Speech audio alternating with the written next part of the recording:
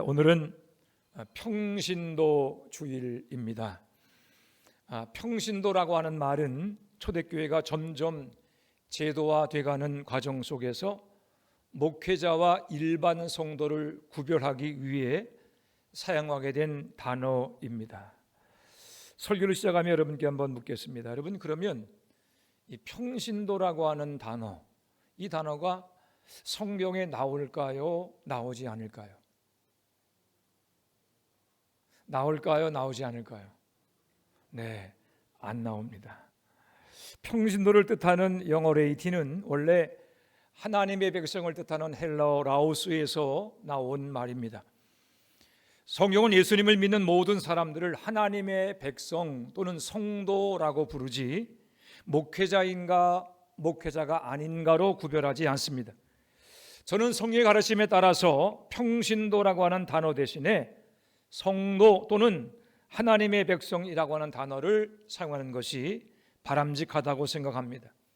그 이유는 평신도라고 하는 말에는 언제나 목회자의 가르침을 받고 따르기만 하는 수동적인 회중이라고 하는 느낌이 강하기 때문입니다. 성경은 구원받은 성도의 공동체인 교회를 하나님의 백성이라고 부릅니다. 교회 머리 되신 예수님은 우리를 구경꾼으로 부르지 않으셨습니다. 우리를 하나님 백성으로 하나님 나라를 확장시켜 나가는 용사로 불러주셨습니다. 목사는 설교하는 사람이고 성도는 듣기만 하는 사람이 아닙니다. 예수님은 구원받은 모든 백성들을 세상의 빛과 소금으로 불러주셨습니다. 그러므로 평신도 주일은 평신도의 역할과 사명을 깨닫는 주일이 아닙니다. 내가 하나님의 자녀, 하나님 백성, 하나님의 사명으로 부름받았음을 깨닫는 날입니다. 그런 점에서 우리는 초대교회 성도들의 신앙 고백, 나는 성령을 믿사오며 라고 하는 이 고백을 잘 이해해야 합니다. 우리 한번 따라하겠습니다. 나는 성령을 믿습니다. 나는 성령을 믿습니다. 아멘. 여러분, 초대교회 성도들이 세상을 변화시키는 하나님 백성이라고 하는 주역을 감당할 수 있게 된 것은 무엇 때문이겠습니까? 성령을 받았기 때문입니다. 성령 충만했기 때문입니다.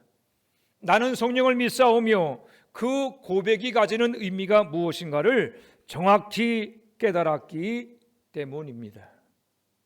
나는 성령을 믿사오며, 우리가 성령을 믿는다고 할 때 가장 중요한 그 고백의 기준은 바로 성경입니다.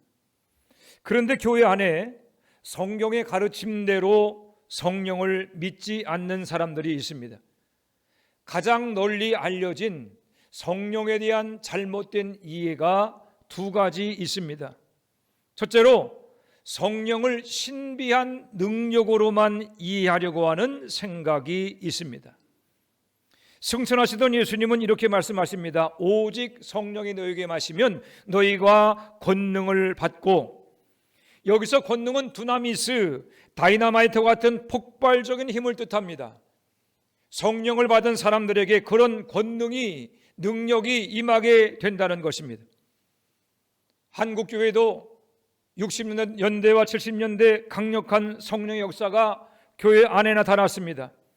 병자들이 고침받고 눈먼 자가 눈을 뜨고 걷지 못하는 사람들이 걷게 되었습니다. 귀신이 떠나고 악령에 묶임받았던 이들이 예수의 이름으로 자유함을 얻게 되었습니다. 그런데 여기서 문제가 생기기 시작했습니다. 사람들이 그 능력을 행하게 하시는 성령님을 주목하지 않고 능력만을 주목하기 시작했습니다. 자신의 능력을 자랑하는 사람들이 생겨나기 시작했습니다. 사람들이 성령을 바라보지 않고 능력만 바라보는 사이에 악한 영들이 틈타기 시작했습니다. 능력과 특별 계시를 앞세우던 이들이 점점 정통신앙과 다른 길을 걷게 되었고 결국 이단 사이비로 빠지게 되었습니다. 전도관과 통일교가 그런 사례입니다.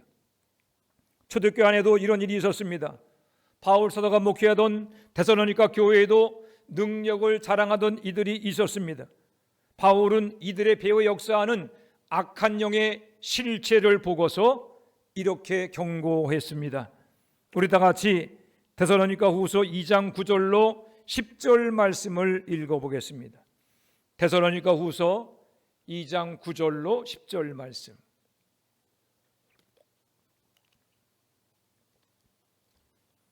함께 있습니다. 데살로니가 후서 2장 9절로 10절입니다. 시작.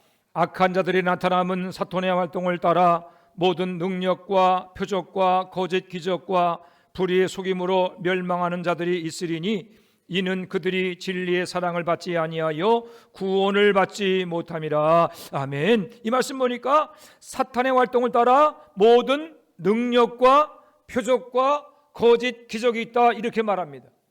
여기서 바울 사도가 강조하는 것은 무엇입니까? 겉으로 드러나는 능력과 표적과 기적을 보고서는, 그것만 보고서는 그것이 성령의 역사라고 단정할 수 없다는 것입니다.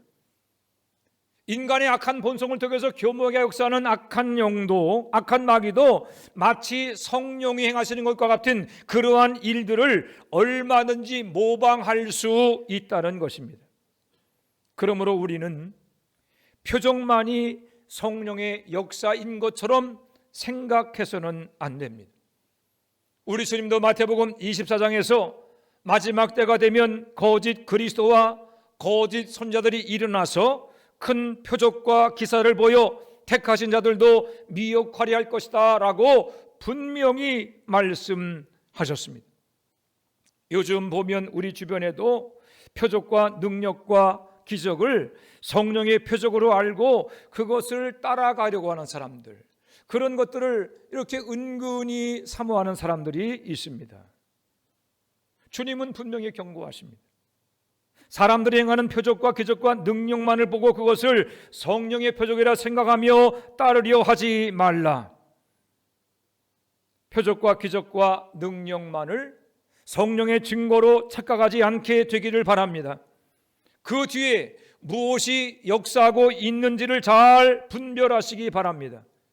주님의 말씀과 성경의 말씀을 잘 기억하시고 악한 자의 미혹에 넘어지지 않는 여러분들이 되시기를 바랍니다. 두 번째로, 성령을 신령한 기운으로 이해하려고 하는 잘못된 생각들이 있습니다. 사람들은 종종 신령하다라고 하는 말, 신령한데? 신령하다, 이 말을 신비한 힘이나 특별한 영적 기운이 있는 상태를 가리키는 말로 사용합니다. 특히 무속신앙에서 이런 표현이 자주 사용됩니다. 고린도 교회 안에도 성령을 이런 식으로 이해하려고 하는 경향이 강하게 나타났습니다. 국제 항구 도시였던 고린도는 우상의 도시였습니다. 많은 이방 신전과 신비 종교가 있었고 사람들은 신비한 체험과 초자연적인 현상을 매우 중요하게 생각했습니다. 그 가운데는 황홀경에 빠지거나 이해하기 어려운 말, 그런 주문들을 반복하면서 나는 신과 소통하고 있습니다, 우리는 신에게 직접 계시를 받고 있습니다, 이렇게 주장하는 사람들도 있었습니다. 어떤 이들은 그런 사람들을 보고 신령하다, 신령하다, 그렇게 생각했습니다. 뭔가 신비한 능력이 있는 사람으로 그들을 받들고 따르려는 사람들도 생겨났습니다. 그래서 고린도 교회 안에도 성령을 인격적인 하나님으로 믿기보다 어떤 신비한 힘이나 영적인 기운인 것처럼 생각하는 사람들이 생겨나게 되었습니다. 이런 사람들은 예수님을 믿은 이후에도 과거의 잘못된 영적 습관을 버리지 못했습니다. 공적인 예배 시간에 자신들이 받은 은사를 자랑했습니다. 알 수 없는 말로 기도하고 황홀경에 빠져있는 체험을 자랑처럼 과시하기도 했습니다. 고린도 교인들이 그런 사람을 보면서 저분은 참 신령한 분이야, 저분은 참 신앙이 좋은 사람이야, 이렇게 여기며 따르는 사이에 교회 안에 분열과 혼란이 생기기 시작한 것입니다. 빛이 강한 곳에는 그림자가 더 어둡기 마련입니다. 성령이 역사하는 곳에는 성령의 역사를 회방하려는 악령도 역사합니다. 고린도 교회뿐만 아니라 사도 요한이 사역하던 교회 안에도 자신들만이 영적으로 특별한 비밀을 알고 있다고 주장하며 또 그러한 신비한 체험을 강조하는 극단적인 신비주의 운동들이 있었습니다. 우리나라의 영적인 상황도 비슷합니다. 기독교가 우리나라에 들어오기 전에 우리나라에서 가장 강한 종교는 무엇이었을까요? 영향력이 가장 강한 종교, 가장 강한 신앙. 여러분, 무속신앙이에요. 무속신앙.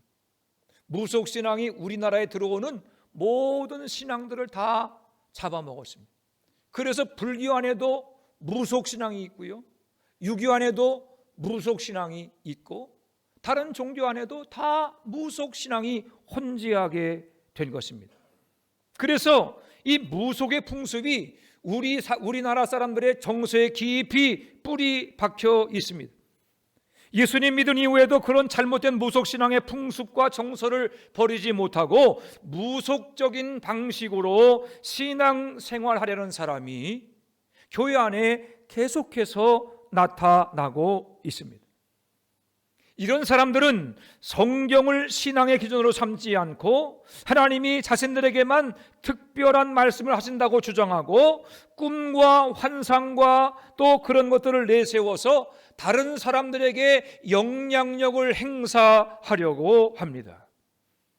그 결과 악한 마귀에게 미혹을 당해서 믿음에서 떨어져 나가는 그런 사람들이 생겨나고 있는 것입니다.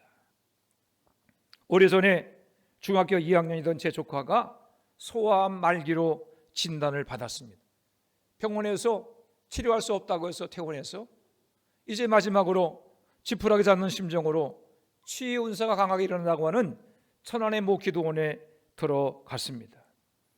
제가 조카가 있는 기도원에 이제 위문차 방문을 했는데 때마침 기도원의 전도사가 우리 조카의 방에 와서 가족과 함께 개인 예배를 인도하고 있었습니다. 막 예배가 진행되고 이제 뭐 설교를 하려고 하는데 제가 들어가면 예배가 방해될 것 같아서 제가 그냥 문 밖에 서서 기다리고 있었습니다. 그런데 기도원 전도사가 설교하는 중에 이런 말을 합니다. 어젯밤 꿈에 하나님께서 제게 흰 봉투를 보여주셨습니다.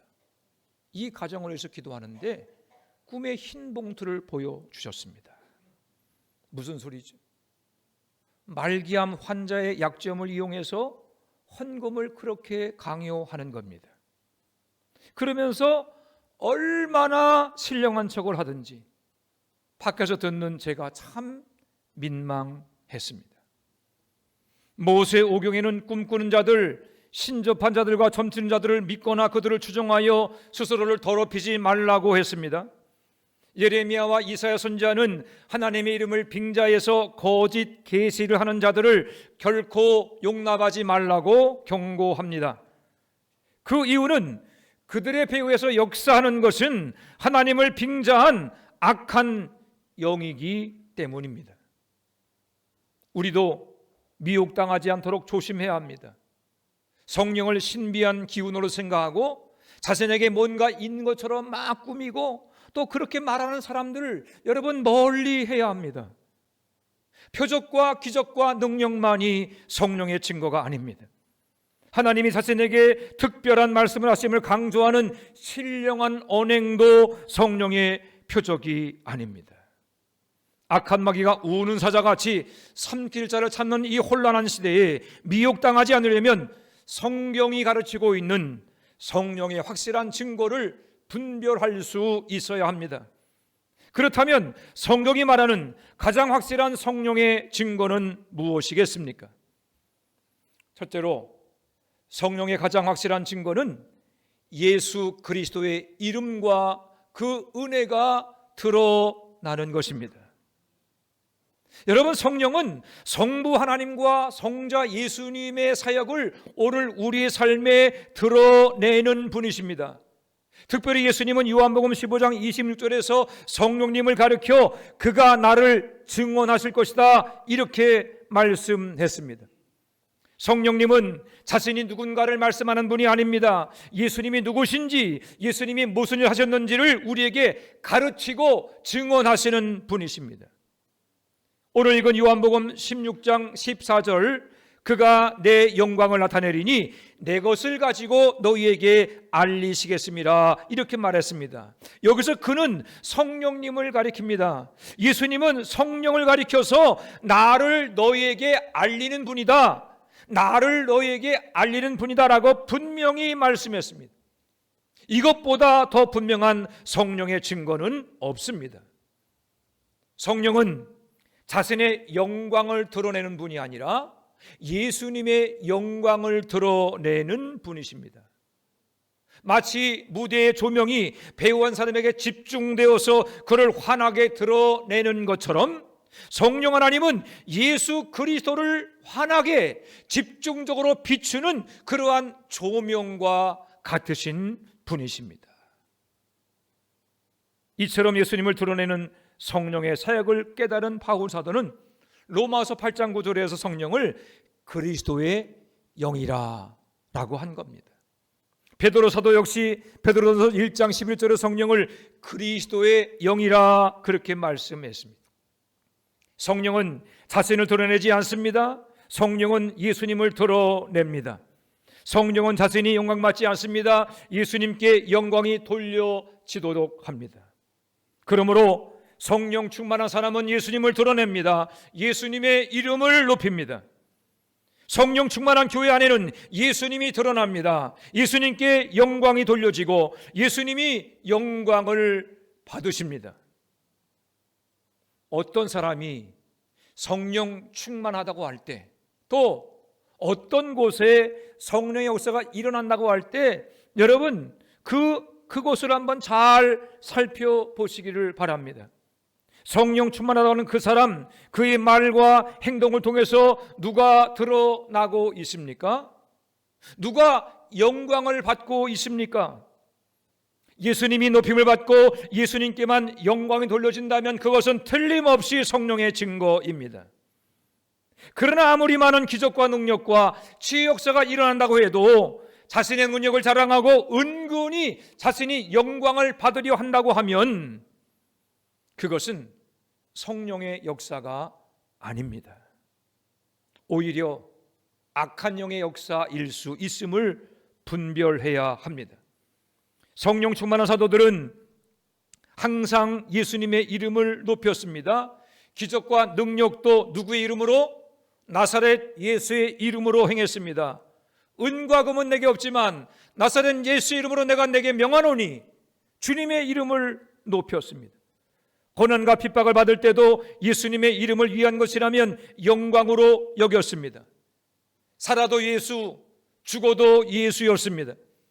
언제나 어디서나 예수님의 이름을 높이는 일에 기꺼이 자기의 생명을 드렸습니다. 그렇습니다. 성령의 증거는 예수님을 더욱 사랑하는 것입니다. 성령의 증거는 예수님을 더욱 드러내는 것입니다. 성령의 증거는 십자가의 은혜를 자랑하는 것입니다. 성령의 증거는 예수님께만 영광을 돌리는 것입니다. 그것이 바로 성경이 말하는 가장 확실한 성령의 증거인 줄로 믿으시기를 바랍니다. 두 번째로 성령의 가장 확실한 증거는 거룩한 삶으로의 변화입니다. 사랑하는 성도 여러분, 성령이 우리 안에 계신다는 가장 확실한 증거가 무엇이겠습니까?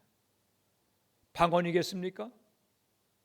병 고치는 은사이겠습니까? 입신과 같이 신비한 체험을 하는 것이겠습니까? 마지막 날 우리가 주님 앞에 섰을 때 주님은 우리에게 방언할 줄 알아? 이렇게 묻지 않으실 것입니다. 네가 이 땅에 있는 동안에 병자를 얼마나 고쳐서 그렇게 묻지 않으실 것입니다. 환상을 보고 예언을 말했느냐? 그것도 묻지 않으실 것입니다. 주님은 오히려 이렇게 물으실 것입니다. 너는 나를 닮아갔느냐? 너는 내 말에 순종하며 살았느냐? 너는 성령의 열매를 맺었느냐? 오늘 본문 요한복음 16장 13절은 이렇게 말합니다. 그러나 진리의 성령이 오시면 그가 너희를 모든 진리 가운데로 인도하시리니. 아멘. 성령님은 단순히 능력을 행하고 신비한 체험을 행하게 하시는 분이 아닙니다. 성령은 우리를 진리, 바로 길이요 진리요 생명 되신 그리스도 예수께로 인도하는 분이십니다. 고린도서 3장 18절에서 바울 사도가 말합니다. 주님의 영이 우리 속에서 일하심으로 우리는 말할 수 없는 영광 속에서 더욱 주님을 닮아갑니다. 할렐루야. 성령이 우리 가운데 임하셔서 일하심으로 우리는 더욱 주님을 닮아간다라고 하는 것입니다. 성령께서 우리를 예수님께로 인도하시는 이유는 예수님을 닮은 삶을 살게 하기 위함입니다. 성령은 죄인을 변화시키는 하나님이십니다. 사랑하는 여러분, 병이 낫는 것도 기적입니다. 귀신이 떠나는 것도 기적입니다. 그러나 성경이 말하는 가장 큰 기적은 인격의 변화입니다. 죽을 수 없던 죄인이 우리 구주이신 예수님을 닮아가는 것입니다. 미워하던 사람이 사랑하게 되고, 교만하던 사람이 겸손하게 되고, 불평하고 원망하던 사람이 감사하게 되고, 입만 열면 책망하고 정죄하던 사람이 하나님을 찬양하고 칭찬하고 격려하는 사람이 되는 것, 그것이 가장 위대한 성령의 역사입니다. 이러한 성령의 역사를 바울 사도는 갈라디아서 5장 22절로 23절에서 열매로 설명을 했습니다. 현대어 성경으로 읽어드리겠습니다. 하지만 성령께서 우리 생활을 지배하실 때 그분은 우리 속에서 다음과 같은 열매를 맺게 해 주십니다. 사랑, 기쁨, 평화, 인내, 친절, 선의, 진실, 온유, 그리고 절제입니다. 여기에는 율법에 반대되는 것이 하나도 없습니다. 아멘. 여러분, 사도 바울은 성령 충만의 증거를 말하면서 은사를 말하지 않았습니다. 방언을 말하지 않았습니다. 표적과 기사를 말하지 않았습니다. 바울은 삶의 변화, 인격의 변화를 말했습니다. 왜 그렇습니까? 열매는 속일 수 없기 때문입니다. 악한 영들도 기적과 능력과 표적을 흉내낼 수 있어도 성령의 열매는 흉내낼 수 없습니다. 여러분, 귀신 들린 자들, 신접힌 자들에게 나타나는 그러한 기적과 표적과 능력이 있습니다. 그러나 그들의 삶 속에 인격의 변화는 없습니다. 귀신 들린 자들, 신접한 자들이 평강을 누리고 기뻐하고 감사하고 그렇게 살아가는 것을 보신 적이 있으십니까? 여러분, 성령의 열매는 흉내낼 수 없습니다. 성령의 열매는 그의 삶과 인격 전체에 확실하고 분명하게 드러나게 되는 것입니다. 우리가 성령의 열매와 은사를 혼동하면 안 됩니다. 은사는 성령 주시는 선물입니다. 선물은 있을 수도 있고 없을 수도 있습니다. 내가 이미 받았는데 알 수도 있고 모를 수도 있습니다. 그러나 성령의 열매는 반드시 있어야 합니다. 성령 받은 사람, 예수 믿어 구원받은 사람이라면 성령의 증거가 반드시 나타나야 합니다. 성령 충만은 모두 인격의 변화입니다. 성령 충만은 감정적인 흥분이 아니라 삶의 변화입니다. 성령 충만은 예배 시간에만 뜨거워지는 것이 아니라 가족과 직장과 세상 속에서 더 예수님을 닮아가는 것입니다. 어제보다 오늘 조금 더 예수님을 사랑하게 되고, 어제보다 오늘 조금 더 예수님을 닮아가게 되고, 조금 더 말씀을 사랑한 만큼 조금 더 죄를 미워하며 살게 되는 것, 그것이 성령께서 우리 안에 일하고 계시는 가장 확실한 증거입니다. 마태복음 7장 20절, 그러므로 그들의 열매로 그들을 알리라. 아멘. 예수님은 그들의 은사로 그들을 안다고 말하지 않았습니다. 그들의 직분, 그들의 경력으로 그들을 알게 된다라고 말하지 않았습니다. 우리 주님 분명히 말씀했습니다. 그들의 열매로 그들을 알리라. 결국 사람을 증명하는 것은 말이 아니라 삶입니다. 신앙을 증명하는 것은 직분이 아니라 인격과 삶의 변화입니다. 삶의 열매, 입술의 열매, 생활의 열매를 보면 그 사람이 성령 충만한 사람인지 아닌지를 분명히 분별할 수 있게 될 것입니다. 그러므로 사랑하는 여러분, 성령 충만은 어떤 특별한 순간의 체험을 말하지 않습니다. 성령 충만은 평생 걸쳐 예수님을 닮아가는 과정입니다. 성령 충만은 일평생 좀 더 예수님을 닮아가고 좀 더 거룩해지고 좀 더 모든 사람에게 주님을 드러낼 수 있는 그러한 삶의 변화, 인격의 변화인 것입니다. 오늘은 평신도 주일입니다. 성령께서 평신도 주일에 나는 성령을 믿사오며 사도신경의 고백을 통해서 성령의 가장 확실한 증거가 무엇인가를 깨달을 수 있도록 인도하심을 인하여 감사를 드립니다. 여러분, 평신도 주일은 내가 하나님 백성으로 부름받았음을 확인하는 주일입니다. 하나님 백성은 누구입니까? 예수님을 나의 주, 나의 하나님으로 믿고 고백하며 순종하는 사람입니다. 날마다 예수님을 닮아가는 사람입니다. 성령의 은혜를 맺으며 매일매일 더 주님을 닮아가는 사람, 예수님의 이름을 높이며 살아가는 사람입니다. 여러분, 여러분의 삶에 이러한 열매가 있으십니까? 다른 사람들이 여러분의 삶의 모습을 보면서 여러분의 말과 행동을 보면서 과연 저 사람은 예수님을 닮은 사람이라고 하는 고백을 할 수 있도록 살고 계십니까? 이런 열매가 있다면 더 풍성한 열매를 맺기 위해서 감사하며 순종하고 살아가시기 바랍니다. 만일 열매가 없다면 낙심하기보다 말씀 앞에 자신의 삶을 돌아보시기를 바랍니다. 혹시 내가 성령보다 세상을 더 사랑하고 있지는 않은지, 예수님보다 세상의 다른 것들을 더 붙들고 있지는 않은지 말씀 앞에서 내 삶을 비춰 보시기 바랍니다. 그리고 더 늦기 전에 회개하고 멸망의 넓은 길에 돌이켜 주님께서 원하신 길로 나아오시기를 바랍니다. 우리 힘과 능력으로는 성령의 열매를 맺을 수 없습니다. 하지만 가지가 포도나무에 붙어 있는 것처럼 주님 안에, 말씀 안에, 기도 안에 거하면 성령께서 우리 안에 성령의 열매를 맺게 하시고 우리를 그리스도의 사람으로 변화시켜 주실 것입니다. 사랑하는 천주교회 성도 여러분, 성령의 열매는 특별한 체험에 있는 것이 아니라 예수님을 닮아가는 삶에 있다고 하는 성경의 가르침, 우리 주님의 말씀을 기억하시기 바랍니다. 그리함으로 날마다 말씀과 기도 가운데 거하며 성령의 열매를 맺으시고 예수님의 이름을 높이며 살아가는 진정한 하나님의 백성 되시기를 주님의 이름으로 축원해 드립니다. 기도하겠습니다. 사랑과 은혜가 풍성하신 아버지 하나님, 오늘 평신도 주일을 맞아 우리를 하나님 백성으로 불러주시고 믿음 안에 살게 하심을 인하여 감사합니다. 주님, 우리가 성령님을 바르게 알지 못하고 능력과 체험만을 구했던 어리석음을 용서하여 주시옵소서. 성령 하나님께서 우리 마음의 눈을 열어주셔서 주님의 이름과 십자가의 은혜를 더욱 밝히 보게 하여 주옵소서.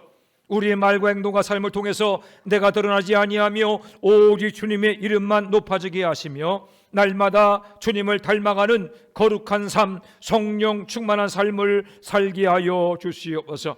교만한 마음은 겸손하게 하시고 미움은 사랑으로, 원망과 불평은 감사와 찬양으로 변화시켜 주셔서 언제나 어디서나 주님의 이름을 높이고 세상의 빛과 소금으로 살아가는 진정한 주의 백성 되게 하여 주옵소서. 모든 말씀 예수님의 이름으로 간절히 기도하옵나이다. 아멘.